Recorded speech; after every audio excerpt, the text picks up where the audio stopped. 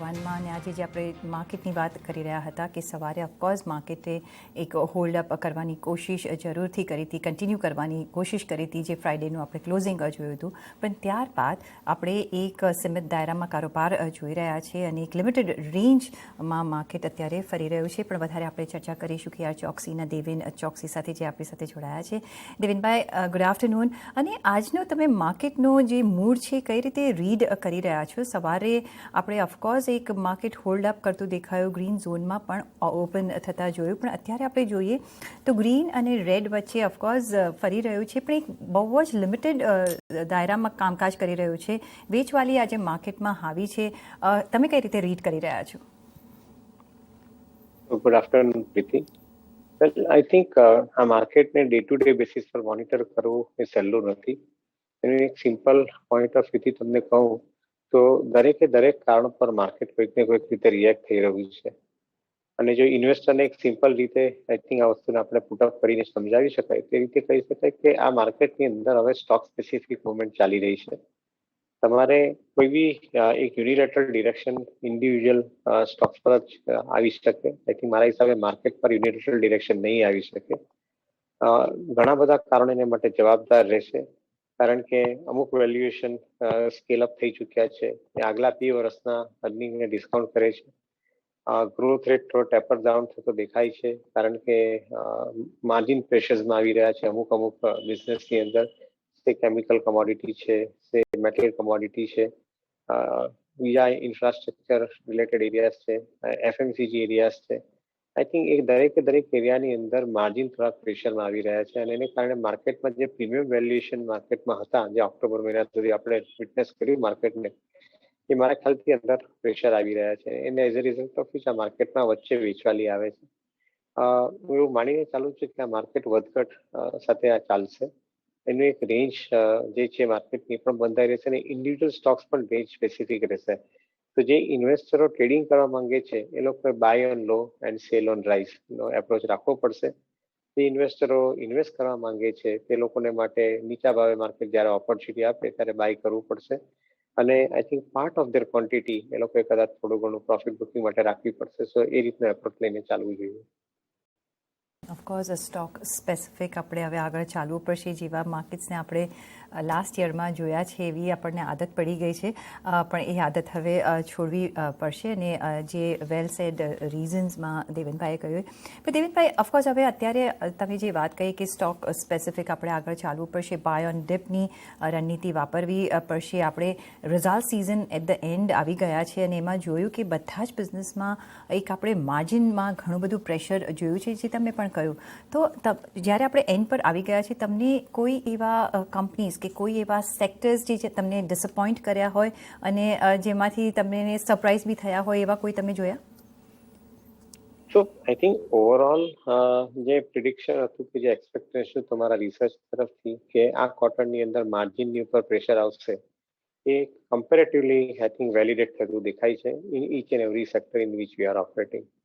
So I think we wear very clear કે ગયા વર્ષે જે કોસ્ટનો એડવાન્ટેજ બધી કંપનીને મળ્યો હતો, આઈધર લો રો મટીરિયલની કોસ્ટ ગણો અથવા લો ઓપરેટિંગ કોસ્ટ ગણો, એ બધા જ એડવાન્ટેજ ગયા વર્ષે મળ્યા તેની સામે આ બધા એડવાન્ટેજ નલિફાઈ થતા જાય છે. કારણ કે એવરી સ્પેસ, બધી જગ્યાએ ઇન્ક્લુડિંગ સર્વિસ ઇન્ડસ્ટ્રીની અંદર cost factor is rising and rising very very fast. એટલે પ્રોફિટ માર્જિન પ્રોટેક્ટ કરવાના અઘરા થશે.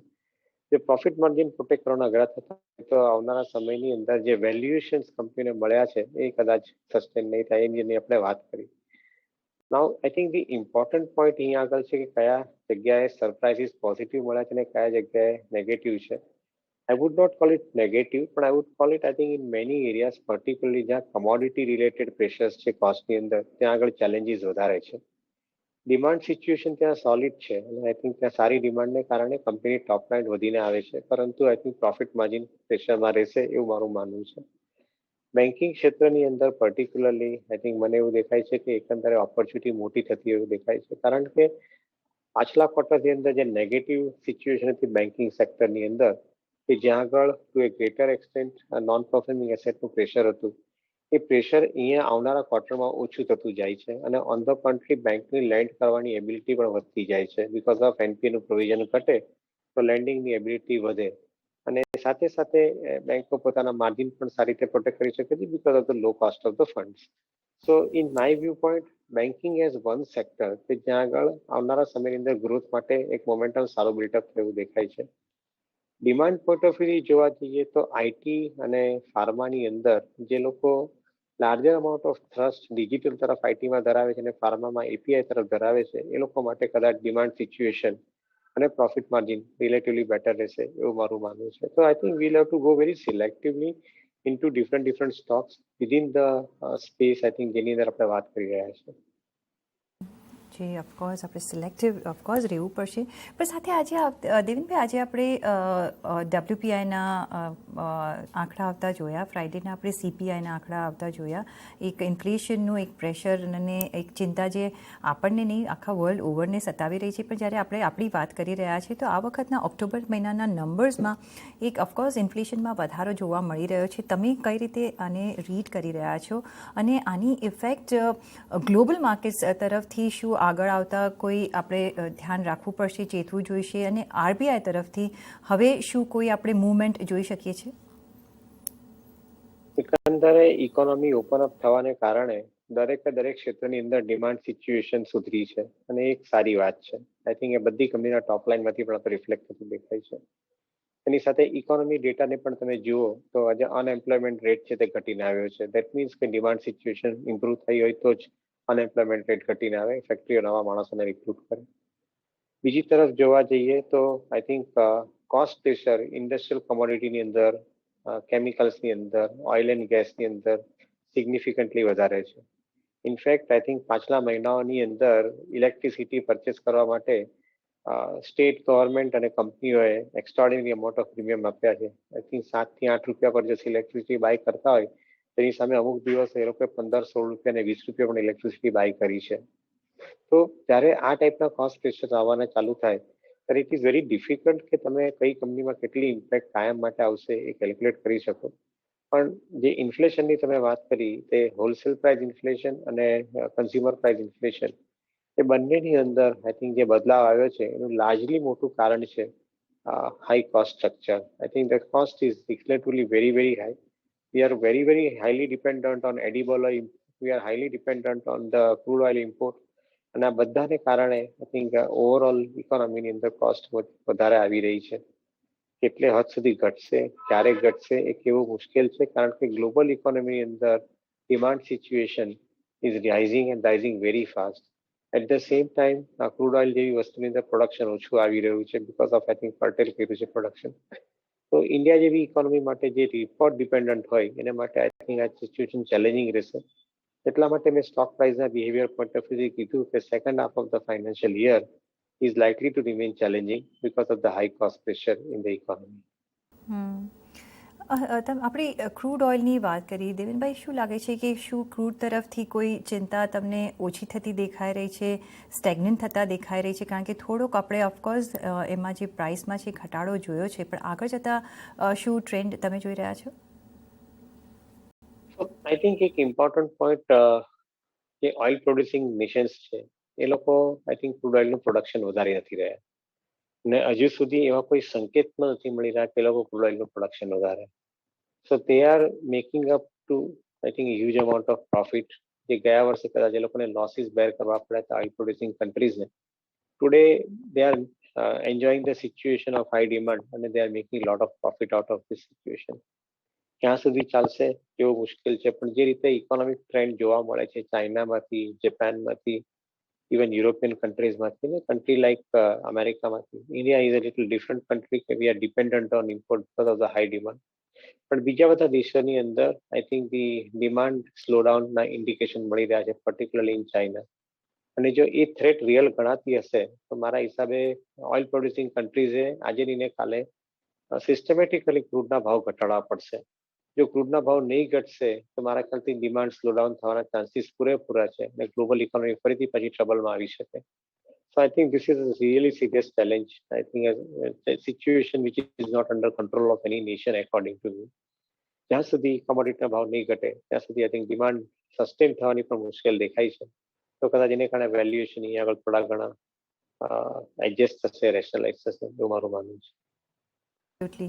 સાથે અત્યારે આ બધી તો સાઇડ બાય ચાલી જ રહ્યો છે, પણ આપણે ઇન્ડિયન માર્કેટ્સમાં આપણે આઈપીઓનો રશ હજી પણ બંધ નથી થઈ રહ્યો. આજે આપણે જોયા કે 3 કંપનીઝના આઈપીઓનો એક લિસ્ટિંગ થયું છે, સગાચી, પોલિસી બજાર અને એસજીએસ એન્ટરપ્રાઇઝીસ.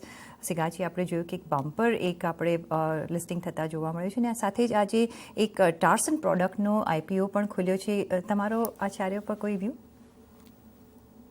ઇન્ડિવિજ્યુઅલ કંપની પર કદાચ ચર્ચા કરવા માટે આપણે થોડોક સમય વધારે જોઈશે. આઈ થિંક આપણે ડેફિનેટલી એક ટાઈમ સાથે કરીને એ માટે ચર્ચા કરશું, પરંતુ in general I would like to communicate આ બધી કંપનીઓ જે આઈપીઓ માર્કેટમાં એન્ટર થઈ છે એમાંથી અમુક business models are definitely worth looking at, particularly models like Policy Bazaar, which is really looking, I think, appealing.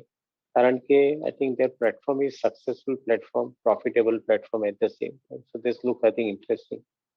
Paytm ની અંદર મને પોતાને લો માર્જિન હોવાને કારણે કદાચ થોડો ઘણો ડાઉટ છે કે આ કેવી રીતે હોલ્ડ કરી શકશે.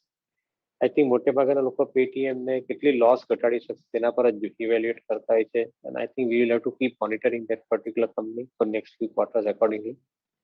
નાયકાની અંદર I think the online presence strong થતી જાય છે, જેના ટોપ લાઈનના નંબર્સ પણ જોયા સ્ટ્રોંગ આવ્યા છે, પરંતુ the difficult situation is that they have been spending a lot of money on marketing expenditure અને એની ઇમ્પેક્ટ આઈ થિંક આવનારા ક્વાર્ટરમાં પણ કદાચ ચાલુ રહેશે.